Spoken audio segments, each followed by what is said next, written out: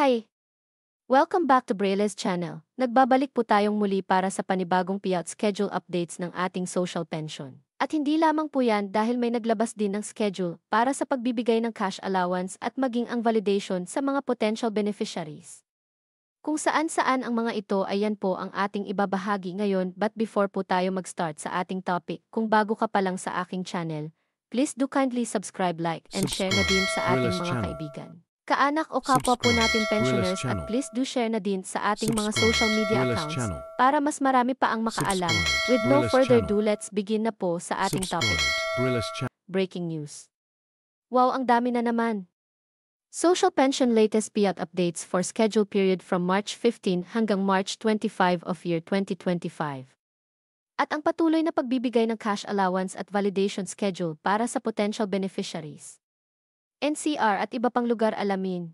Narito na po ang latest payout updates ng ating social pension at ang patuloy na pagbibigay ng cash allowance at validation schedule. Simulan po natin sa probinsya ng Kidapawan City. Ang lahat ng beneficiaries ay makakatanggap ng para sa first quarter ng taon amounting to 3,000 pesos. Nakaschedule na po ang inyong payout this March 12, kabilang dito ang Barangay Sudapin, Muaan, Birada, Ilomavis, Balabag, Manonggol, Perez, Amaz, Binuugan, Malinan, Onica, Patadon, Ginatilan, at ang Barangay Metchaw. On March 13 nakaschedule ang Barangay Maisbog, Sombak, Santo Niño, San Isidro, Nuangan, Indangan, New Bohol, Unangkob, Balindog, Paco, Singaw, Magsaysay, Calaisan, at Barangay Junction. On March 14 naman nakaschedule ang Barangay Poblacion na gaganapin sa iba't ibang barangay covered court. Kasama rin dito ang Barangay Mateo, Marbel, Katipunan, Sikitan, Kalasuyan, Lanao, San Roque, Gayola, Amacion, Luvimin at Barangay Sibawan. Next ay sa probinsya ng Cotabato City. Nakaschedule na po ang inyong payout this March 25, kabilang dito ang Barangay Bagwa 1 hanggang Bagwa 3, Bagwa Mother, Kalanganan 1 at 2, Barangay Poblacion 1 hanggang 6 at Barangay Poblacion 8. On March 26 nakaschedule ang Barangay Poblacion 9, Kalanganan Mother, Poblacion 7, Rosary Heights 1 hanggang 5 at Barangay Rosary Heights 12.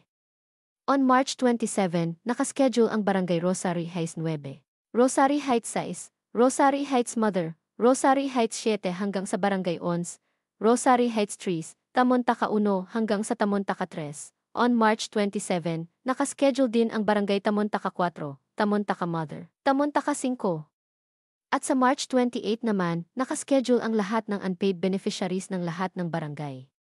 Next ay sa Barangay San Juan, Antipolo City, nakaschedule na po ang inyong payout this March 14 na gaganapin sa Sitio Inalsan, Covered Court. Next ay sa probinsya ng Barangay Mangkilam, Davao City, nakaschedule na po ang inyong payout this March 24 na gaganapin sa Barangay Mangkilam Gym na mag-start ng 8 to 3 ng hapon.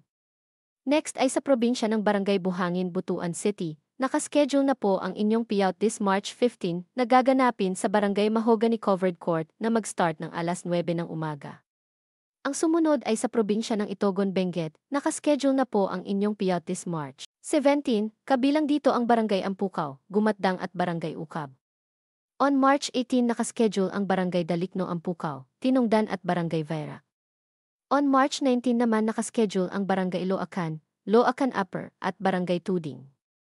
On March 20 naman nakaschedule ang Barangay Poblacion at Barangay Dalupirip. At panghuli March 21 nakaschedule na ang Tivang Dalupirip at ang lahat ng unpaid beneficiaries na gaganapin sa Municipal Gym. Samantala, may naglabas din ng announcement para sa pagpapatuloy ng pagbibigay ng cash allowance at ang validation schedule para sa potential beneficiaries.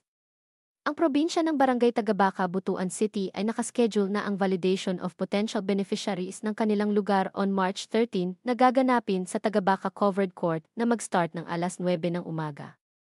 At ang panghuli ay sa National Capital Region at ito ay sa lungsod ng Barangay 655, Zone 16 in Intramuros, Manila.